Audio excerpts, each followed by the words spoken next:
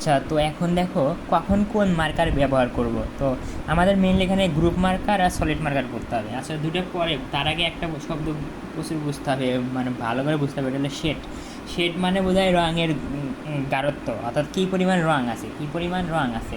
অর্থাৎ যেমন মনে করে এক এক লিটার পানি আছে, আর ভিতরে তুমি যদি একটু কম চিনি দাও তাহলে কি মিষ্টি কম লাগবে। আর যে চিনির পরিমাণ যত বেশি দিবা মিষ্টির পরিমাণ তত বাড়বে। তো রং মানে ডাইস আমরা দেখলাম না পাউডারের মতো, যত বেশি রং দিবা সাধারণত রং তত বেশি হবে, মানে তত বেশি কালারিং হবে, অর্থাৎ তত বেশি উজ্জ্বল কালার হবে। আচ্ছা, রঙের পরিমাণ যদি তুমি কী দাও, কম দাও, তাহলে মানে তত তেমন বেশি উজ্জ্বল হবে না, মানে কালারটা তেমন মানে কি বলবো ব্রাইট হবে না।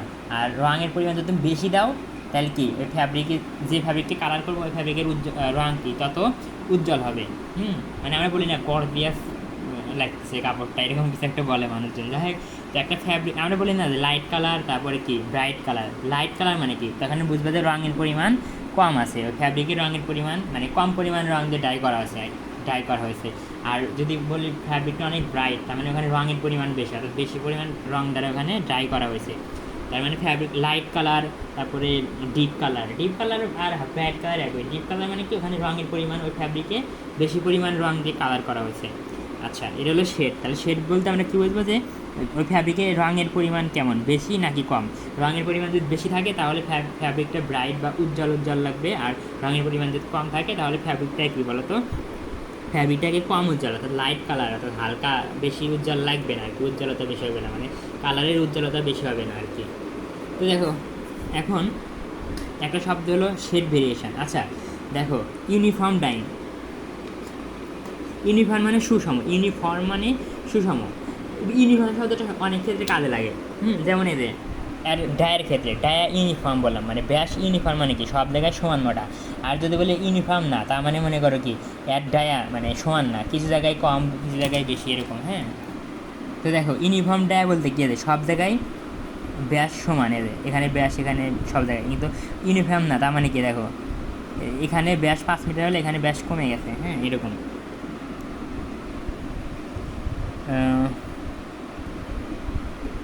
তার মানে ইউনিফর্ম মানে সব জায়গায় সমান। তো ইউনিফর্ম ডাইং মানে কি একটা ফ্যাব্রিকের সব জায়গায় সমান কালার হবে, মানে সব জায়গায় সমপরিমাণ কালার থাকবে, অর্থাৎ সব জায়গায় একই কালার। অর্থাৎ দেখো এই যে যেমন এই ফ্যাব্রিকটা দেখো লাল, সব জায়গায় সমান পরিমাণ লাল আছে, সব জায়গায় সমান, এখানে যে পরিমাণ লাল লাগতেছে এই পরিমাণ ওই এই জায়গায় ওই পরিমাণ লাল, মানে সব জায়গায় মানে কালারের মানে রঙের পরিমাণ সমান লাগে, অর্থাৎ সব জায়গায় কালার একই রকম, সব জায়গায় কালার একই রকম, মানে এক জায়গায় খুব বেশি পরিমাণে লাল, এক জায়গায় একটু কম পরিমাণে লাল, এরকম না। কিন্তু যদি বলি সুষম ডাইং হয়েছে, তার মানে এইখানে যত যেমন লাল হবে এখানেও তেমন লাল হবে, অর্থাৎ সব জায়গায় একই পরিমাণ লাল হবে। হ্যাঁ, সব জায়গায় একই পরিমাণ লাল হবে। আচ্ছা, শেড ভেরিয়েশন মানে কি, শেড ভেরিয়েশন মানে রং কালারের পার্থক্য, কালারের ভেরিয়েশন মানে পার্থক্য, শেড ভেরিয়েশন মানে কালারের পার্থক্য, অর্থাৎ একটা ফ্যাব্রিকের কিছু জায়গায় বেশি পরিমাণ লাল, কিছু জায়গায় কম পরিমাণ লাল। এই যে শেড মানে কালার, মানে এভাবে মনে রাখবা, শেড বলতে এখানে আবার কালারকেও বোঝায়, মানে শেড ভেরিয়েশন মানে কালারের ভেরিয়েশন, মানে একটা ফ্যাব্রিকের কিছু জায়গায় খুব বেশি পরিমাণ উজ্জ্বল, আবার কিছু জায়গায় কি কম পরিমাণে উজ্জ্বল। কম পরিমাণে উজ্জ্বল মানে কি ওই জায়গায় রঙের পরিমাণ কম ছিল, আর বেশি উজ্জ্বল ওই জায়গায় রঙের পরিমাণ বেশি ছিল। তো একই ফ্যাব্রিকের ভিতরে মনে করো একই ফ্যাব্রিকের কিছু জায়গায় কি উজ্জ্বলতা অনেক বেশি আর কিছু জায়গায় উজ্জ্বলতা কম, এই জিনিসটাকে বলতে আমরা শেড ভেরিয়েশন। এটা তো ভালো জিনিস, সুষম, এই জন্য আমরা বুঝতেছি না যদি এরকম ফ্যাব্রিক হয়। হ্যাঁ, মানে আমি বোঝানোর জন্য মনে করো এটা হলো দেখো এই পুরাটুকু আমার ফ্যাব্রিক, এই পুরাটুকু হলো আমার ফ্যাব্রিক। এই ফ্যাব্রিকটা আমি লাল, এটা কালো লাগতেছে কিন্তু মনে করে লাল রঙ, কি লাল রঙ দ্বারা কী করছি ডাই করছি। তো এই যে এইটুকু জায়গায় কী দেখতে চাও, লাল রঙ অনেক ব্রাইট, মানে অনেক বেশি, মানে লাল এখানে বেশি পরিমাণ লাল, আর এখানে কি লাল রঙ কম, রঙের পরিমাণ কম, অর্থাৎ এখানে লালের পরিমাণ কম লাগতেছে, মানে এখানে বুঝতেছি এই পোর্শনটাকুতে, মানে এইটুকুতে কি রঙ অনেক উজ্জ্বল আর এইটুকু তেমন উজ্জ্বল না, কম উজ্জ্বল। এই যে একই ফ্যাব্রিকের কিছু অংশ বেশি উজ্জ্বল, কিছু অংশ কম উজ্জ্বল, এটাকে আমরা বলতেছি শেড ভেরিয়েশন। এই তো তার মানে শেড ভেরিয়েশন তো বুঝতে পারলাম, মানে এক জায়গায় বেশি উজ্জ্বল হবে আর এক জায়গায় কম উজ্জ্বল হবে, মানে একই ফ্যাব্রিকের এক জায়গায় বেশি উজ্জ্বল এক জায়গায় কম উজ্জ্বল। মানে দুইটা ফ্যাব্রিক নিয়ে আবার তুলনা করো না, জাস্ট একই ফ্যাব্রিকের, কিন্তু সত্য একটা যে একই ফ্যাব্রিকের কিছু জায়গায় কম, মানে কিছু জায়গায় হলো উজ্জ্বলতা কম, কিছু জায়গায় উজ্জ্বলতা বেশি, এরকম, তখন তাকে বলে শেড ভেরিয়েশন। যেমন এই দেখো এরকম এইটুকু হলে এক রকমের শেড, আর এখান থেকে এটুকু আরেক রকমের শেড, মানে এখানে রঙের পরিমাণ বেশি এখানে রঙের পরিমাণ কম এই ক্ষেত্রে। আচ্ছা একটা কথা দেখো, এই যে এই বরাবর এখানে কি দৈর্ঘ্য বরাবর এরকম রঙের পার্থক্য হইতেছে, আর এক্ষেত্রে কী বলো প্রস্থ বরাবর রঙের পার্থক্য হইতেছে। তার মানে রঙের মানে শেড ভেরিয়েশন দুই দিকে হতে পারে, ফ্যাব্রিকের দৈর্ঘ্য বরাবর হতে পারে আর ফ্যাব্রিকের প্রস্থ বরাবরও হতে পারে। ঠিক আছে, এই দেখো এখানে কিন্তু ফ্যাব্রিকের প্রস্থ বরাবর এই দিক মানে প্রস্থ বরাবর রঙের শেড ভেরিয়েশন হচ্ছে, এই দুটো মনে রেখো। এখন এসো গ্রুপ মার্কার আর কি সলিড মার্কার। গ্রুপ মার্কার কি, যখন একটা নির্দিষ্ট গার্মেন্টসের একটা গার্মেন্টসের সকল প্যাটার্নগুলো এক জায়গায় থাকে মানে একসাথে থাকে, তখন তাকে বলা হয় গ্রুপ মার্কার। আর যখন সকল পার্টস একসাথে থাকে না মানে এক জায়গায় থাকে না, আলাদা আলাদা থাকে, এক এক প্যাটার্ন এক এক জায়গায় থাকে, মানে যেখানে ইচ্ছা সেখানে থাকে, তাহলে তাকে বলবো আমরা সলিড মার্কার। আচ্ছা কথাটা কি, গ্রুপ মার্কার কি, একটা গার্মেন্টস যেমন দেখো এম সাইজের একটা গার্মেন্টস তৈরি করবো মানে টি শার্ট তৈরি করবো, এই এম সাইজের, তাহলে এম সাইজের টি শার্ট বানাতে কি, টি শার্ট বানাতে 4টা পার্ট লাগে না, এই দেখো 4টা পার্ট কিন্তু একসাথে আছে মানে এক জায়গায় আছে। আবার এল সাইজের একটা টি শার্ট, এই যে 4টা পার্ট একসাথে আছে।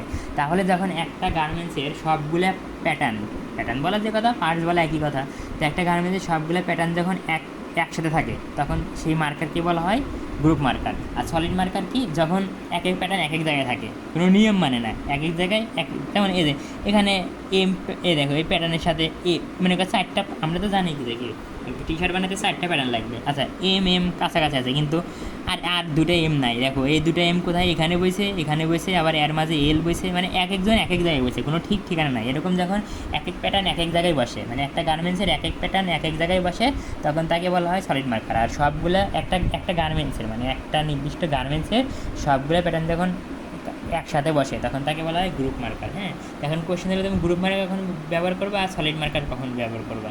আচ্ছা তো হলো ফ্যাব্রিকে যখন শেড ভেরিয়েশন থাকবে, যে ফ্যাব্রিকে কী থাকবে শেড ভেরিয়েশন থাকবে, তখন তুমি কী করবা গ্রুপ মার্কার ইউজ করবা। মনে রাখো যে ফ্যাব্রিকে শেড ভেরিয়েশন থাকবে ওই ফ্যাব্রিকে কি গ্রুপ মার্কার ব্যবহার করবো, আর যে ফ্যাব্রিকে কী নাই বলো তো শেড ভেরিয়েশন নাই, তখন কী করবো আমরা সলিড মার্কার ব্যবহার করবো।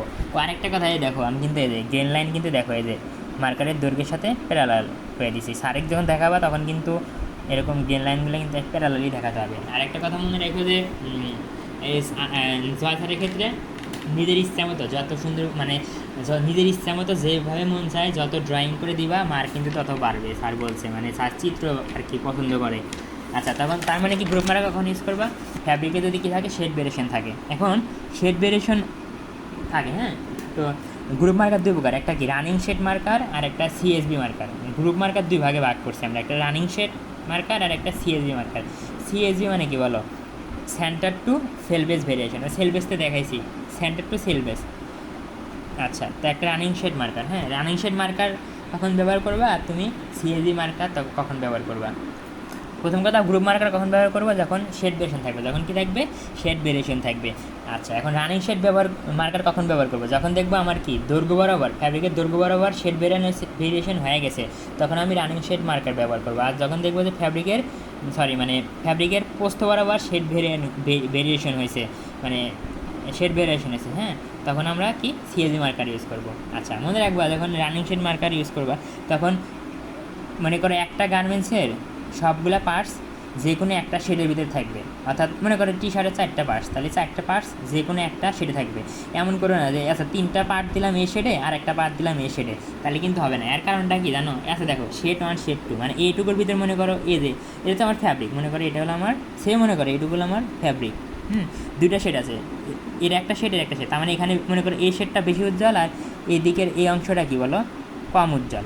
তো তুমি এর ফ্যাব্রিক মনে করো ফ্যাব্রিক কাটে তো আমরা কি গার্মেন্টস বানাই, তো 4টা পার্ট। আচ্ছা এখন 3টা পার্টস এখান থেকে নিলাম মানে বেশি উজ্জ্বল কালারের 3টা পার্ট, টি শার্টের 3টা পার্টস কী হলো বেশি উজ্জ্বল আর একটা পার্টস এই শেডে দিচ্ছ, তাহলে এখানে তো এই শেড এইটুকুতে কী বলো রঙের পরিমাণ কম, তাহলে এই মনে করো এই স্লিপটা এখানে দিছ, তাহলে কি এই স্লিপের উজ্জ্বলতা কম হবে, এই 3টা স্লিপের উজ্জ্বলতা বেশি, এই স্লিপের উজ্জ্বলতা কি কম হলো, তাহলে কি শার্টটা ভালো লাগবে না। হ্যাঁ এরকম যাতে শার্টটা সুন্দর লাগে এই জন্য আমরা মূলত যখন ফ্যাব্রিকের শেড ভেরিয়েশন থাকে তখন আমরা এরকম গ্রুপ মার্কার ইউজ করি। এই তো আশা করি পারবা।